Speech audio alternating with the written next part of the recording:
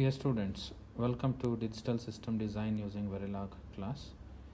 This is module 1 where you will be going through the introduction and methodology of digital design using Verilog.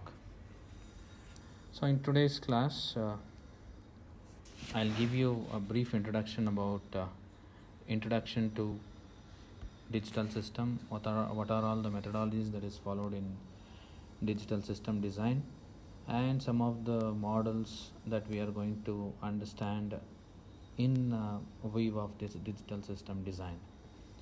So now coming to the introduction, what is digital design is nothing but making use of two voltage levels, which is in the form of digital, which we call digital, that is nothing but zeros and ones. So we will be making use of those digital values and we will be designing the system. That is what digital design is all about. So in the design aspects, we are going to consider the functional requirements along with some of the constraints that we need to meet. So there are functional requirements, there are some constraints. Keeping the constraints, we will be designing the system which is going to function as per our requirement. So some of the constraints which we are going to say is performance, size, power, cost, like that. So all these factors we will be considering at the end of this syllabus. All these constraints will be discussed in detail at the end of the syllabus. Basically in the design we will follow the abstraction method, or we will be going through the abstraction which says that we need to consider millions of transistors on a circuit. How do we manage this complexity is the question. While we go for an abstraction, there are some aspects that we need to consider, and there are some aspects we need to ignore those. Meanwhile, all the assumptions what we consider, we may not be carrying all the assumptions. Some has to be ignored and some has to be followed. For example, transistors is going to take two states, that is either it will be on or it will be off. Likewise, voltages can be high or voltages can be low. Like this, with the assumptions we will be following, go through the design aspects. So digital systems which will be making use of discrete time representation or discrete samples. So as you can see in the graph, x-axis is time and y-axis is amplitude.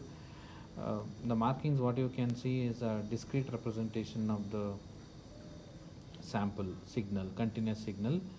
So digital systems will make use of this discrete representation. Now coming to the embedded systems, digital design in another way is nothing but developing an embedded system. So most of the real world signals make use of digital systems, and in digital systems there are processor cores, memory, input output units, and many other interfacing units that will be connected. So this embedded system can be designed by using embedded software, also by using some of the circuits, which is nothing but the hardware. So both hardware and software will be there in the embedded systems.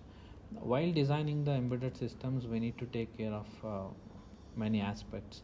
Some of those is the cost. When we say the cost has to be low, it should not affect performance. While we concentrate on the performance, its power consumption cannot be high. So cost, performance, and power, all these are the requirements or constraints that we need to take care. Again, it is a trade-off between all the factors. Cost should be low, performance should be high, as well as power consumption should be as less as possible. So we need to consider all these aspects while designing the digital systems. ICs, as you already know, integrated circuits, nowadays in VLSI technology, around 45 nanometer technology is going on. Even less is also available. Moore's law, as you know already, it states that transistor count is keep on increasing, and in the implementation of integrated circuits we will be considering the complementary MOSFET circuits, CMOS technology. Coming to the logic levels which we will be using in the design of digital systems, one is low, one is high. As you can see over there, there is a threshold between nominal voltage and a receiver threshold, which is around 1.4 volts to 1.5. There is always a threshold between these. And how do we consider these voltage levels when there is a signal that is getting added with the noise? So for the sake of information, as you can see in the TTL logic levels with noise margins, there is always a threshold that you need to understand. Noise margin, as you can see at VOH and VIH. VOH is nothing but output high voltage and VIH is input high voltage. So that is where the noise margin is, below which the signal will be driven. And coming to the voltage VIL and VOL. VIL is nothing but voltage input low voltage and output low voltage. So the signal has to be driven keeping this noise margin in the mind, because when the noise get added with the signal, there will be a spikes that is getting generated. As you can see at the low voltage 0.5 as well as 1 voltage, the signal it has got added with the noise, which may lead to false triggering. That's why it should be above 0.5, and at the top level at the high voltage you can see signal has got added with the noise, and 2.5 volt is easily getting affected by the noise signal. So the threshold, the way in which the signal has to be driven is just above 0.5 and just below 2.5 or 2.4, right? So coming to the capacitive load and propagation delay. The propagation delay is nothing but time taken from transmission of a signal to the signal reaches the receiver. So that is what the propagation delay is all about. Delay from input transition to the output transition. As you can see, TR is represented as rise time, TF is fall time. So total time taken from the rise to fall, TPD, is nothing but propagation delay. There are many other constraints that we need to consider when designing the digital systems, like delay in the wires. Lengthier wires will cause a delay in the transmission of the signals. Flip-flop timings, real-time flip-flop. From transmitting an input signal towards the output, flip-flop may take its own time. So we need to consider that since the flip-flops are based on the clock signal decides the speed of the flip-flop. So flip-flop timing has also need to be considered while calculating the total time response of the digital circuits. Power, as I've already said, power is one of the major factor where power consumption of these circuits should be as less as possible. When the current passes through the resistance, it is going to generate the heat. So whatever the heat that is going to get generated has to be dissipated in the circuit, so that the power consumption will be as less as possible. Sequential timing. Sequential is nothing but one after the other. So the circuit values depends on current as well as previous input voltages. These kind of circuits are called as sequential circuits. It includes flip-flops and many other storage values. Flip-flop kind of components which stores the values. So nearly all digital systems are sequential in nature. So it is going to be a combination of gates and some of the storage elements like flip-flops. In the timing diagram, you can see that it is a D flip-flop waveform which you are seeing. D flip-flop input is also shown, clock signal is shown over there, and the output Q. So sequential circuits, flip-flops are the best example of sequential circuits. That's why I've taken an waveform or timing diagram of a D flip-flop. Area and packaging is nothing but when we develop an IC, what is the total area that IC is going to take? Because when we place all the components on the PCB, The PCB area should be restricted, otherwise portable device cannot be generated. So area is one of the major restriction. So area utilization by the components or the circuits or the ICs should be as less as possible. Packaging will be done by placing the components on the PCB. Firmly the components will be placed on the PCB. So size, shape of the PCB decides the area requirement should be as less as possible. So larger circuit area, greater the cost. So now all this implementation will be understood by taking Verilog as a Verilog example. So Verilog is one of the hardware description language. So where we are going to model the behavior and structure of all the digital systems which we are going to see. So EDA tools, nothing but EDA, electronic design automation, is done using Verilog. Coming to the models, I'll show you an example. There are two VATs, VAT 0 and VAT 1. VAT is nothing but a storage component or a storage device. It can store a liquid, kind of chemical. For example, VAT 0 contains a chemical, VAT 1 contains a different type of chemical. When the voltage, when the temperature in VAT 0 exceeds 30 degrees Celsius, or when it exceeds 25 degrees Celsius, or if the chemical level falls below a low level, we need to trigger the buzzer.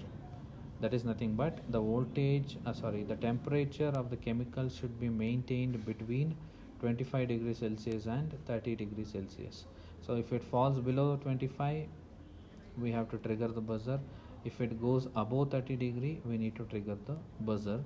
And if the chemical level falls to a certain level, low level, we need to trigger the buzzer. Similarly with VAT 1, the chemical temperature has to be maintained between 25 degrees Celsius and 30 degrees Celsius, or else when the chemical level falls below the low level, we need to trigger the buzzer. So this circuit shows that scenario. And how do we implement that is, we have to consider some of these nets. We also call it as intermediary signals. So you can see that on the transitions, you can see that above 30, above 25, low levels are all different types of nets that has been declared. So this is a Verilog program that has been written by considering this particular module.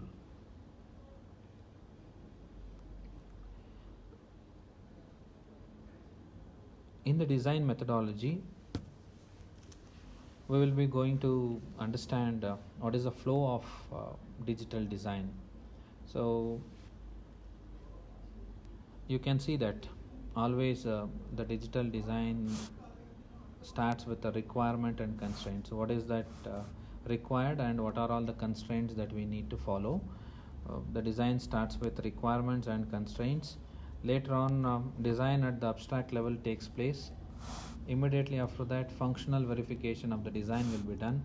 If the functional verification of the design is found to be okay, then we will go for synthesize. Synthesize is nothing but converting our design, Verilog design, into gate level net listing is synthesize. Functional verification, if it is not okay, again the design has to be verified and it has to be made okay. Otherwise, synthesis will be done. Post-synthesis verification will take place. Even in post-synthesis verification, if everything is found to be okay, then we will go for physical implementation of the design. Otherwise, post-synthesis verification has to be re-verified for any corrections. Once the physical implementation is done, of course it has to be verified. As you can see, verification is done at every phase of the design in order to eliminate any errors that takes place. So physical verification is done, and if it is found to be okay, we will go for a manufacturing of a component, manufacturing of an IC. And once the manufacturing has been done, again it has to be tested for functionality verification. Okay, so that is about the design methodology that is followed.